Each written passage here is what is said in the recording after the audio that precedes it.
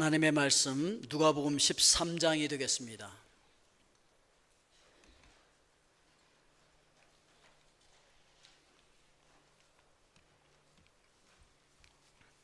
누가복음 13장 1절부터 5절 말씀입니다. 우리 함께 합독하도록 하겠습니다.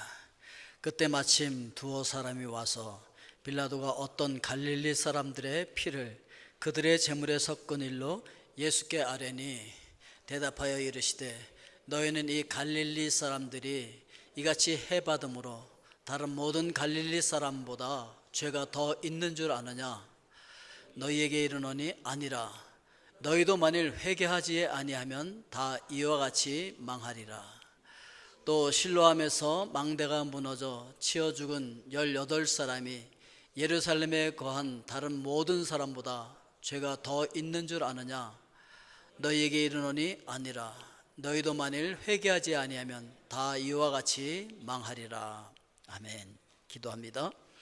하나님의 아버지, 오늘 하나님의 귀한 말씀을 저희들 함께 합독하였습니다. 성령님, 오늘 이 말씀과 함께 우리 가운데 운행하시며 직접 깨우쳐 주시옵소서. 예수님의 이름으로 기도하옵나이다. 아멘. 오늘 말씀의 제목은 재난과 하나님의 뜻, 이렇게 정했습니다. 참 재난들이 많이 일어나는데 여기에 있는 하나님의 뜻은 무엇일까? 라고 하는 것을 생각을 해보려고 합니다. 재난을 어떻게 우리가 해석할 것인가 하는 것이죠. 살아가다 보면 여러 가지 일들을 많이 만나죠. 조국을 위해서 일하다가 또 죽은 사람들도 있고, 또는 교회에서 열심히 봉사하다가 또 이렇게 희생되시는 분들도 계시고, 참 많은 일들이 일어나는데, 자연재해로 말미암아 재앙을 또 만나는 사람들도 있잖아요. 한때 이런 것을 보면서 설교를 이런 식으로 또 했던 분들도 계셨어요. 특히 인도네시아 같은데 그 반다 아치에서 발생한 지진 해일로 말미암아서 8만 5천 명이 사망했을 때, 거기에는 모슬렘 교도들이 모여 있는 데고, 거기 있는 그 기독교 개신교를 막 불태우고 또 사람들을 죽이고 그랬던 곳이니까 그렇게 하나님께서 심판하셨다, 또 이렇게 생각하기도 하고, 또한 그 인도의 그 챗나는 힌두교도들이 창궐 하면서 그리스도인들을 또 거기서 많이 핍박하고 죽이고 교회에 불을 지르고 그랬으니까 또 하나님께서 거기서 심판을 하셨다, 이렇게 설명하기도 하고, 또한 미국의 그 뉴올리언스인가 그곳에 그 태풍이 와가지고 그 홍수가 나서 엄청나게 많은 피해를 봤잖아요. 엄청나게 많은 사람들이 죽고, 그때 그것을 가리켜서 그 태풍 카타리나가 거기 와서 그렇게 된 이유는 그 동성애들이 거기 너무 많고, 거기에 또 세계 최대의 그 동성애 축제가 거기서 열리는데, 그 뉴올리언스에서 열리는데, 그 열리기 이틀 전에 하나님께서 그냥 홍수로 쓸어버렸다. 그러니까 하나님의 심판이다, 이렇게 얘기하는 사람도 있고, 또 그 일본의 그 쓰나미로 말미암아서 수많은 사람들이 죽고 피해를 입었을 때, 그 예수님을 암만 전에도 믿지도 않고 말이지, 거기 그 신을 8만 개의 신이나 섬기고 그러고 있으니까 그렇게 심판을 받았지, 이렇게 이야기하기도 하고, 또 IT에 지진이 나가지고 말이죠, 220만 명이 죽었어요. 다친 사람은 220만이 아니야, 22만 명이 죽고, 그리고 다친 사람들은 30만 명 이상, 엄청나게 많은 사람들이 죽은 거잖아요. 그냥 그러니까 거기도 틀림없이 무슨 이유가 있었을 거야. 그리고 보니까 로마 캐톨릭이 80%, 20%가 기독교 또는 개신교에서는 아니다, 우리가 더 많다, 이렇게 또 이야기하기도 하지만, 실상은 그들의 그 뿌리에는 뭐가 있느냐면은 부두교라는 게 있어요. 그 아프리카에서 가지고 온 그 자기들이 가지고 왔던 토속 종교인데, 이 얼마나 그 뿌리 깊게 내려 있는지, 목사들이 모여도요, 이렇게 와서 세미나를 하고 그래도 그 휴식 시간에 난 어디가 아파? 그러면 그거 아픈 건 말이지, 그 아무개 무당한테 가면은 그 지켜로나. 목사들끼리 그렇게 얘기해요. 거기가 IT예요. 그러니까 그런 그 우상을 섬기고 그런 토속 종교를 섬기기 때문에 하나님께서 심판하셨다 뭐 그러는가 하면, 한국에도 나지도 않던 지진이 막 일어나니까 이건 뭔가 이상하다 뭐 그러고 말이죠. 뭐 정권이 바뀌자마자 지진 난 거 보니까 뭐 또 이상하다고 얘기하는 사람들이 있는가 하면, 아니 거기 거기 있는 그 한동대학교가 있는데 거기가 막 흔들렸단 말이죠. 한동대가 요새 타락했나? 뭐 이렇게 또 얘기하는 사람들도 있을 정도로, 이렇게 얘기하니까 도대체 하나님의 뜻이 뭔가 우리가 분명히 알아야 되지 않을까라고 하는 것입니다. 릭 워렌 목사님이 참 아픔을 겪은 분인데, 이분이 이런 얘기를 했어요. 깊은 고통 가운데 있는 사람들은 논리, 충고, 격려, 심지어 성경 구절까지도 필요치 않다. 아픔을 당한 이들에게 신학적 해석과 위로는 적절하지 않다, 이렇게 얘기를 했어요. 본인이 아픔을 겪어보니까 그렇더라라고 하는 것이죠. 사실 그렇죠 뭐. 자, 그래서 하나님의 뜻을 우리는 좀 바로 알아야 되겠다는 거죠. 하나님의 뜻을 좀 바로 알아야 되는데, 첫째, 누구든지 재난을 당할 수 있다는 거예요. 뭐 누가 특별히 뭐 어때서 재난을 당했다라고 하는 것이 아니라, 누구든지 이 재난은 당할 수 있다라고 하는 것을 우리가 전제해야 된다라고 하는 것입니다. 이번에 과테말라에 볼칸대 후에고 이렇게 터지고 또 여러 가지 안타까운 사건 사고들이 있고, 또 이렇게 갑자기 또 병으로 또 세상을 떠나야 되는 그런 안타까운 일들도 있고, 뭐 여러 가지 일들을 우리가 많이 만나요. 그런데 오늘 본문에서 그때 마침 두어 사람이 와서 빌라도가 어떤 갈릴리 사람들의 피를 그들의 제물에 섞은 일로 예수께 아뢰니, 무슨 얘기를 하고 있느냐면요, 지금 이 로마가 유다의 나라를 식민 통치하고 있었는데 그들은 민족의식이 굉장히 강해요. 우리도 강하지만 그들도 굉장히 강하거든요. 그래가지고 식민 통치를 못 견뎌하는 거예요. 그래서 막 저항하는 거죠. 근데 저항하는데 그냥 저항하는 게 아니라 폭력적인 저항을 했던 거죠. 폭력적인 저항을 하는데, 이제 세계 역사는 항상 그래요. 이렇게 지배 폭력이 있으면 그 밑에 있는 그 저항 세력들이 저항 폭력으로 나타나고, 저항 폭력이 강해지면은 나중에 이걸 뒤집어 엎잖아요. 그럼 또 이걸 또 잠잠하게 해야 되기 때문에 또 그들이 지배 폭력이 돼버려. 그럼 또 그 밑에 있던 그 세력들이 다시 저항 폭력이 돼서 또 이것을 뒤집어 엎으면 또 더 큰 또 이렇게 폭력으로 이걸 통치를 해야 되고, 뭐 그게 이제 지금 세계의 역사예요. 자, 그런데 이 갈릴리 지역에 살던 유대인들은 유별나게 더 열심당원들이었어요. 그래서 더 유별나게 열심히 그냥 폭력적인 그 저항을 했던 거죠.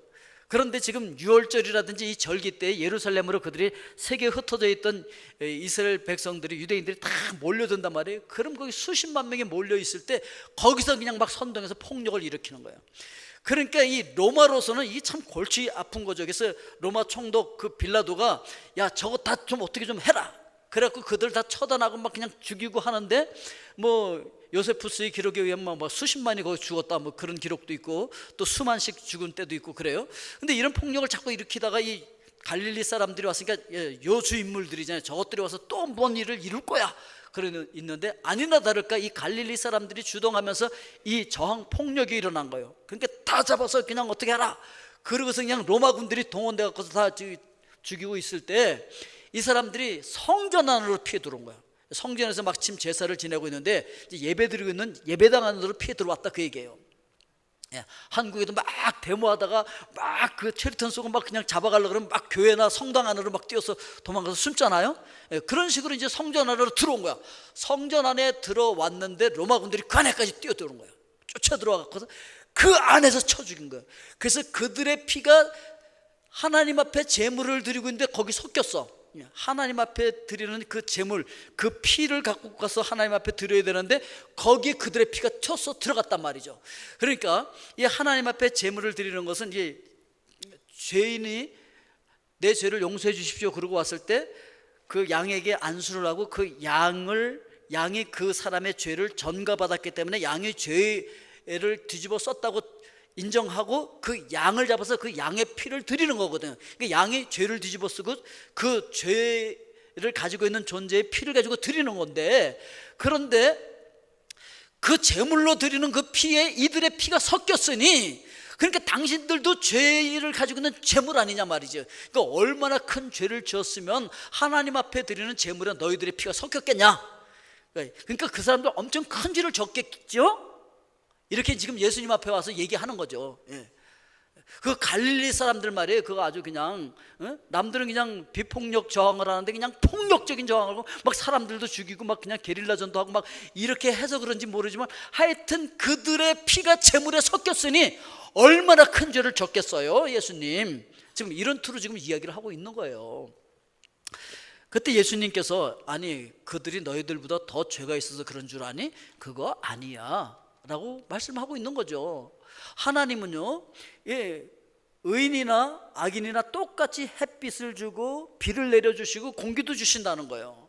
그것처럼 의인이나 악인이나 상관없이 이런 재앙을 누구든지 다 만날 수 있다 라고 하는 것을 이야기해 주고 있어요. 뭐 죄가 특별히 많기 때문에 그런 병에 걸린 것도 아니고 누구나 그런 병에 걸릴 수 있는 것이고 죄가 특별히 많기 때문에 그렇게 죽은 것이 아니고 누구든지 그런 사고를 만날 수 있다라고 하는 것을 이야기하고 있는 거예요. 자, 로마서 8장 19절부터 20절 말씀 우리 같이 한번 읽어볼까요?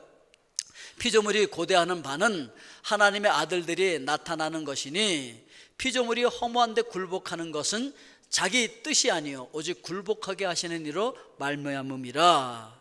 피조물이 그 바라는 것은 피조물도 썩어짐의 종노릇한 데서 해방되어 하나님의 자녀들의 영광의 자유에 이르는 것이니라. 피조물이 다 이제까지 함께 탄식하며 함께 고통을 겪고 있는 것을 우리가 아느니라. 왜 이런 고통이 이 세상에 들어왔냐면은 원래 에덴 동산에는 이런 고통 없었어요. 뭐 병 들어갖고서 뭐 암에 걸리고 뭐 감기 걸리고 이런 게 없었다고요, 에덴 동산에는. 그리고 에덴 동산에는 뭐도 없었냐면요, 태풍도 없었고요, 지진도 없었고요, 화산 폭발도 없었어요. 근데 왜 이런 고통이 이 세상에 들어왔을까요? 그 이유는 죄 때문에 그래요. 아담과 하와가 죄를 짓는 바람에 인간에게도 고통이 들어왔고 모든 피조물들도 고통 속에서 몸부림치고 있어요. 그래서 우리 지구도 막 몸부림치고 막 치를 떨고서 막 지진 나잖아. 막 지진 나요. 그리고 그냥 막 폭발해. 막 그냥 화산 폭발하고 해일이 일어나고 우라깡이 몰아치고.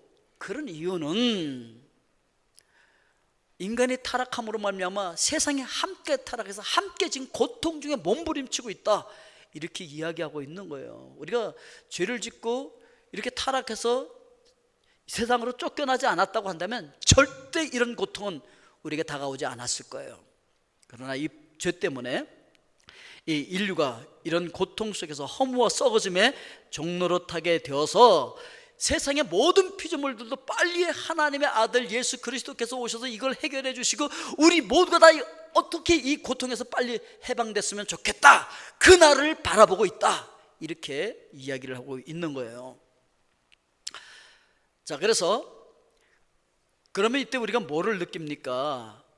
이 엄청난 자연재해 앞에서 우리가 아무것도 아니구나 라고 하는 것을 깨닫게 되어지는 것이죠. 그동안 인간들이 굉장히 교만했었다는 거죠. 우리가 뭐 과학이 발달하고 뭐 문명이 발달하고 그래서 뭐 이 지구 지층이 어떻게 움직이는지, 이 판들이 서로 움직이면서 그렇게 해서 나타나는 게 지진인데 그 판들이 움직이면서 거기서 마찰 열로 말미암아 이 땅이 녹아가지고서 그것이 마그마가 되고 이게 열이 축적이 되면, 에너지가 축적이 되면 그냥 터져 올라오는 것이 바로 화산이다, 뭐 이런 거 다 알고 있잖아요. 그래서 그게 어떻게 되면 이거 계산해보고서 그냥 우리가 미리미리 이런 자연재해를 예방할 수도 있고 피해갈 수도 있다라고 생각하지만 아무리 과학이 발달해도 이 자연재해를 피해갈 수 없잖아요. 미국도 피해갈 수가 없었어요.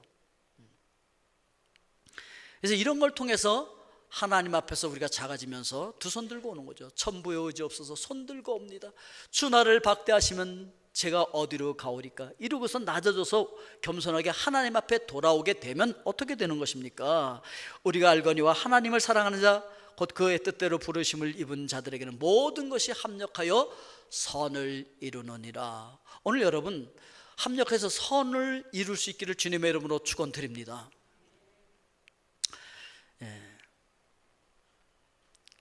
그리고 두 번째 우리가 생각해야 할 것은 하나님의 경고를 들어야 된다는 거예요. 하나님의 경고. 이번에 볼간대 후회고 이렇게 폭발하고 그랬을 때 제일 이렇게 크로즈업 됐던 분이 바로 이분이잖아요. 이 할아버지가 그 화산 폭발로 인하여서 이렇게 거기서 이렇게 살아남으셨는데 온몸에 50% 이상의 그냥 그 3도 이상의 그 화상을 입으셨고 이분 결국 돌아가셨어요. 정말 너무나 마음 아픈 일이죠.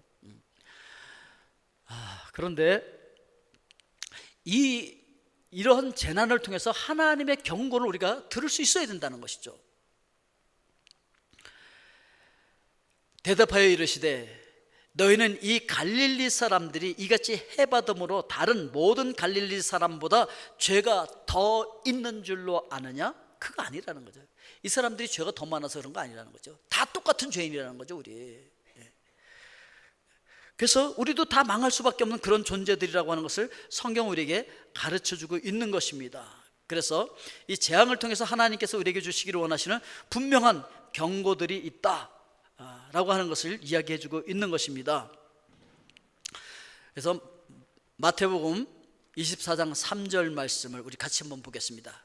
예수께서 감난산 위에 앉으셨을 때에 제자들이 조용히 와서 이르되 우리에게 이르소서 어느 때에 이런 일이 있겠사오며 또 주의 임하심과 세상 끝에는 무슨 징조가 있사오리까? 마지막 날에는 어떻게 되는 거예요? 언제예요? 그때는 어떤 징조가 있어요? 그때 예수님께서 하신 말씀이에요. 이러저러한 징조들이 있는데 7절에서 이렇게 얘기하고 있어요. 민족이 민족을, 나라가 나라를 대적하여 일어나겠고 곳곳에 기근과 지진이 있으리니 이 모든 것은 재난의 시작이니라. 이 시작에 불과해요 지금. 그리고 마지막에 하나님께서 세상을 심판하실 것이다, 이렇게 경고를 주고 있는 것이죠. 그래서 재난을 통해서 하나님께서 우리에게 경고하시는 것은 세 가지예요. 첫째, 개인적인 죄에 대해서 경고하는 거예요. 너 말이지 올바로 안 살면 이렇게 망하게 될 거야. 경고하는 거예요. 경고로 우리가 받아들여야 되는 거예요. 그리고 사회 죄에 대한 경고죠. 사회가 막 타락해서 그런 죄를 짓고 있을 때, 문화적인 죄를 짓고 있을 때 거기에 대한 경고예요. 그렇게 죄를 짓다간 너희들 망해. 소돔과 고모라가 망했던 것처럼 그걸 이야기하고 있는 것이고, 세 번째, 마지막 날 종말에 대한 징조를 우리에게 보여주고 있는 거예요. 자, 이런 그 지진과 해일과 이런 화산 폭발과 이런 재난들이 자꾸 일어나고 이렇게 되는 이유는 세상 끝날이 가까이 왔다라고 하는 것을 보여주고 있다라고 하는 것이죠. 그렇기 때문에 이 땅에다가 무엇을 쌓고 이 땅에다가 초점을 두고 사는 것이 아니라 하늘나라에다가 초점을 두고 살아라 라고 하는 경고를 하나님께서 우리에게 주시고 있다라고 하는 것입니다. 살기 좋았던 땅이, 푸르렀던 땅이 저렇게 완전히 잿빛으로 변해버렸잖아요. 완전히 망한 거예요. 그래서 전에는 이렇게 좋았던 것이 완전히 이렇게 까맣게 변해버리는, 이렇게 망하는 이런 일들이 일어나는데 뭐라고 얘기합니까? 오늘 3절 말씀에 같이 읽을까요? 너희에게 이르노니 아니라 너희도 만일 회개하지 아니하면 다 이와 같이 망하리라. 자, 그러니까 옆 사람에게 우리 얘기합시다. 자, 서로 마주 보시고 우리 망하지 맙시다. 망하면 안 되지. 망하면 안 돼요. 근데 안 망하려면 어떻게 해야 된다고요? 회개해야 된대. 회개해야 된대. 회개하지 않으면 다 망한다, 이렇게 얘기했어요. 자, 요번에 지금 지구가 그냥 막 고통 중에 지금 몸부림치고 있다 그랬잖아요. 그런데 지금 하와이에서도 난리잖아요. 그 빅 아일랜드에서 그냥 뭐 화산이 폭발해가지고 그냥 뭐 용암이 얼마나 그냥 무섭게 흘러가고 있습니까? 그래도 한 명도 안 죽었어 거기서. 근데 이제 과테말라에서는 엄청나게 많은 사람들이 죽었어요. 110명 이상이 죽었어요. 지금 실종된 사람이 190명 이상이라 그러는데, 그러면은 그 사람들 다 죽었다고 거의 봐야 되는 거잖아요. 지금 엄청나게 많은 사람들이 죽었어. 왜 이런 차이가 났을까? 하와이는 왜 안 죽었는데 과테말라는 왜 죽었지? 그 차이가 뭐예요? 거기는 뭐 과학이 발달해서? 아니에요. 그것 때문에 그런 것이 아니에요. 자, 그 이유를 한번 들어볼까요, 우리? 이번 화산 폭발의 사망자가 유난히 많은 것은 용암보다 무서운 잿빛 폭풍이 있죠. 즉 화산 쇠설류가 발생했기 때문입니다. 네, 용암과 크고 작은 암석이 화산가스와 한 덩어리가 돼 덮쳐오는데 워낙 속도가 빨라 피할 수 있는 방법이 없습니다. 정혜은 기자의 보도입니다. 화산이 폭발하는 순간 뜨거운 용암이 솟구치고 검은 화산재가 수십 킬로미터 상공까지 치솟습니다. 1200도의 뜨거운 용암이 강처럼 흐르며 주변을 불태웁니다. 하지만 실제로 가장 큰 피해를 주는 것은 용암이 아닙니다. 화산재가 분출하다 갑자기 산 아래로 흐르는 화산 쇠설유입니다. 쇠설유는 용암과 암석 파편, 화산가스가 한 덩어리가 돼 시속 130에서 180km로 빠르게 주변을 덮칩니다. 따라서 사람이 쇠설유를 보고 난 뒤 대피하기는 사실상 어렵습니다. 온도도 500에서 700도에 달해 나무에 닿으면 화재가 발생하고 생물은 심각한 화상을 입게 됩니다. 특히 뜨거운 재가 코로 들어가면 호흡기 점막이 손상돼 숨을 쉴 수 없습니다. 대표적인 화산 재앙으로 알려져 있는 폼페이에서 발굴된 시신들이 모두 웅크린 채 발견되는 것도 화쇄류의 뜨거운 열기 때문입니다. 화쇄류 다음으로 위험한 현상은 분출물들이 물과 함께 흘러내리는 화산성 홍수인 나하르. 경사면을 따라 시속 100km로 흐르기 때문에 주변을 휩쓸어 버립니다. 특히 기존 분화구에 고여있는 물이 많을수록 위협은 더 커집니다. 예, 우리 과테말라에서도 화산 폭발했다고 그거 구경하러 간다고 그 다리에서 보면 잘 보인다고 아이들이 다리로 구경하러 갔다가 행방불명됐어요. 죽은 거죠. 뭐 안 돌아왔어요. 그런 아이들이 있어요. 왜냐하면 보고 피하려면 늦는다는 거죠. 자, 이렇게 망하지 않기 위해서는 우리가 어떻게 해야 되느냐? 회개해야 된다라고 예수님께서 우리에게 말씀을 해 주셨습니다. 그렇지 않으면은 이렇게 살기 좋은 것이 완전히 회색빛으로 죽음의 도시로 변해버릴 수밖에 없다라고 이야기하고 있는데, 자, 우리 4절 말씀 같이 읽어볼까요? 또 실로암에서 망대가 무너져 치어 죽은 18사람이 예루살렘에 거한 다른 모든 사람보다 죄가 더 있는 줄 아느냐? 이렇게 말씀하고 있어요. 그 당시 사람들은 저기 망대에서 무너져서 18명이 치어서 죽었는데 그 사람들 틀림없이 죄가 있어서 그랬을걸? 무슨 죄지? 이제 이렇게 생각한 거죠. 무슨 죄라고 생각했냐면 이런 거예요. 성전에 헌금을 바쳤는데 로마 총독이 그것을 뺏어다가 그 돈으로 이 실로암 그 연못을 지키는 그 망대를 짓는 그 일을 했다는 거예요. 그래서 인부들을 사서 그 돈을 주고서 그 망대를 짓게 했는데 그게 무너져서 18명이 죽었다는 거거든요. 그러니까 사람들이 생각한 거죠.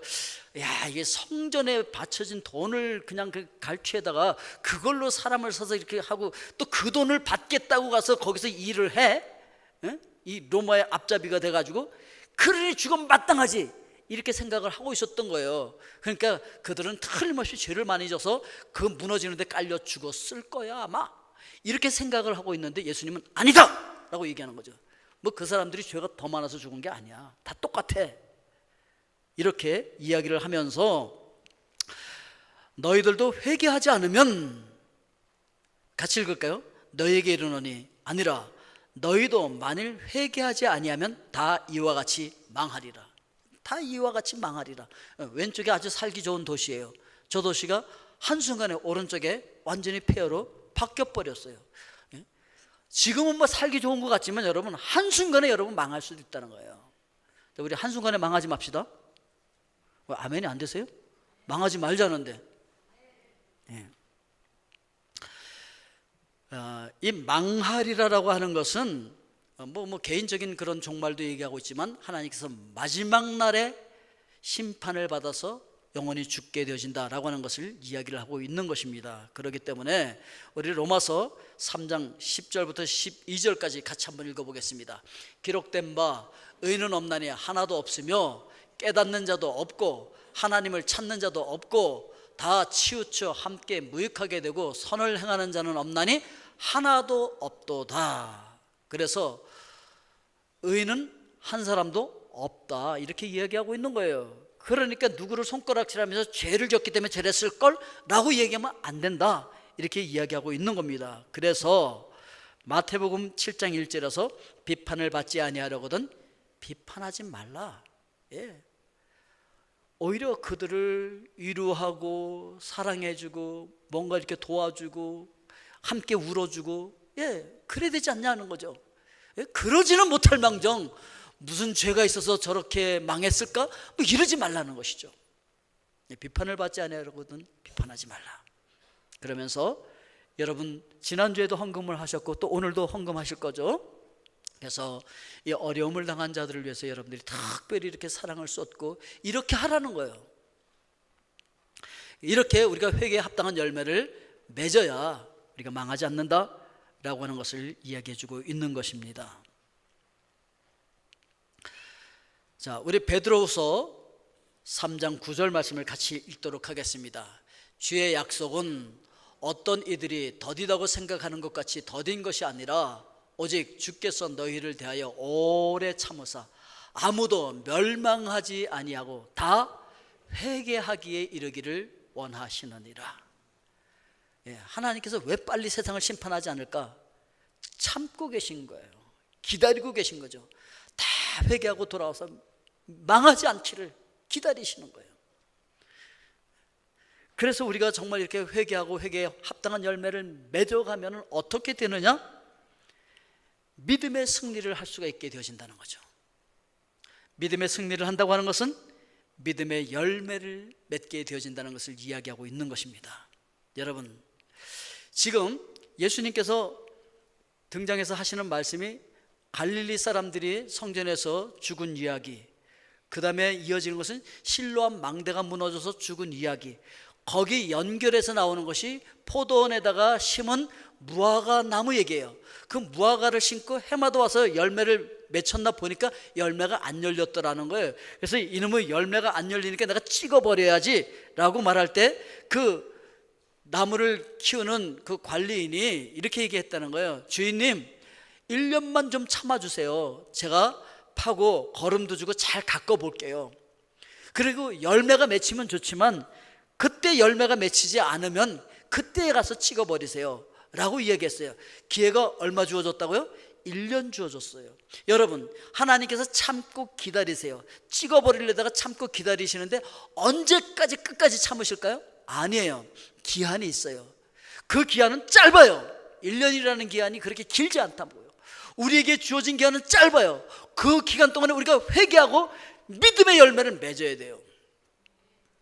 그렇지 않으면 우리가 망하게 되어진다, 이렇게 말하고 있습니다. 어떤 열매를 맺어야 된다고요? 믿음의 열매를 맺어야 돼요.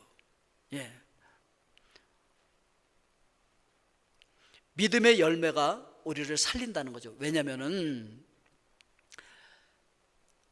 하나님께서 예수 그리스도를 우리를 위해서 이 땅에 보내주시고 그 예수 그리스도께서 우리의 죄 문제를 해결하기 위해서 십자가에서 죽어주시고 그리고 예수 그리스도께서 부활하심으로 말미암아 사망의 권세를 깨뜨리셨어요. 그분을 우리가 믿는 그 믿음만이 우리를 승리하게 할 수가 있다라고 하는 것입니다. 그래서 이 믿음의 열매를 맺은 사람들만 죽음으로부터 승리하게 되어집니다. 왜냐하면 우리는 죽음과 싸워서 이미 진 자들이에요. 모두가 다 사망의 권세 아래 있는 자들이에요. 아무리 여러분들이 보약을 드시고 좋은 약을 많이 먹고 유명한 병원에 가고 의사를 만나고 그래봤자 조금 연장되고 있는 거예요. 화산 폭발로 돌아가신 분이나 교통사고로 돌아가신 분이나 어떤 질병으로 돌아가신 분이나 다 똑같아요. 그리고 살아있는 우리도요, 별반 다르지 않아요. 뭐 어떤 병으로 죽든지 아니면 늙어 죽든지 결국은 다 죽게 돼 있어요. 왜? 죄의 싹은 사망이기 때문에 죄값을 우리는 다 죽게 돼 있어요. 아무도 여기서 예외가 없어요. 아무도 이 죽음과 싸워서 이길 수 있는 존재가 없어요. 그런데 누구만 이길 수 있느냐면 하나님만 이기실 수 있어요. 하나님이 죄와 싸우셨어요. 하나님께서 죽음과 싸우셨어요. 그리고 사망 권세를 깨뜨리고 승리하셨어요. 부활하셨어요. 예수님만 사망 권세와 싸워서 승리하신 분이에요. 우리도 그분 안에서 승리하게 될 줄로 믿습니다. 그분의 승리가 우리의 것이 돼요. 바로 이걸 믿는 사람들이 살게 되어지는 거예요. 그런 사람들이 죽음으로부터 승리하게 되어진다, 이렇게 말씀하고 있는 것입니다. 그런 사람들은요, 영원한 천국을 소유하게 되어진다는 거예요. 오늘 여기서부터 하나님의 나라의 그 기쁨과 평안함과 안정감을 누리게 될 줄로 믿습니다. 그래서 예수 그리스도를 믿는 사람들은요, 요동하거나 흔들리거나 뭐 큰일 났다 뭐 펄쩍펄쩍 뛰고 그렇게 안 해도 돼요. 성경은 이렇게 말하고 있습니다. 시편 62편 5절 말씀에 보니까 나의 영혼아 잠잠히 하나님만 바라라. 물은 나의 소망이 그로부터 나오는도다. 세상 모든 소망 다 끊어져도 하나님께로부터 나오는 그 소망 때문에 우리는 살게 되어지는 거예요. 자, 우리 6절 말씀을 같이 읽겠습니다. 오직 그만이 나의 반석이시요 나의 구원이시요 나의 요새이시니 내가 흔들리지 아니하리로다. 아멘. 그분 안에서 우리 이제 흔들리지 않게 되었다는 거예요. 요동하지 않아요. 세상의 난리를 치고 요동해도 우리는 그분 안에서 요동하지 아니할 수 있는 줄로 믿습니다. 안정할 수 있고 평안을 누릴 수 있습니다. 오늘도 하나님께서 우리에게 주시는 경고를 받아서 우리가 이 세상에서 당하는 이 모든 고통, 모든 재난들 다 우리도 당할 수 있는 것이고 우리도 다 똑같은 죄인들이기 때문에 우리가 하나님 앞에 회개하고 믿음으로 반응하면서 믿음의 열매를 맺게 되어질 때 우리가 요동하지 않게 되어질 줄로 믿습니다. 기도하겠습니다. 사랑의 아버지 하나님, 그렇습니다. 이 재난을 만난 사람들을 향한 하나님의 뜻이 무엇인지를 우리가 기억하면서 우리 모두가 다 당할 수 있는 것이지만 그러므로 우리가 하나님 앞에 회개하고 믿음의 열매를 통하여서 주님 안에서 안전히 거하며 요동하지 아니하도록 축복하여 주시옵소서. 예수 그리스도의 이름으로 기도하옵나이다. 아멘.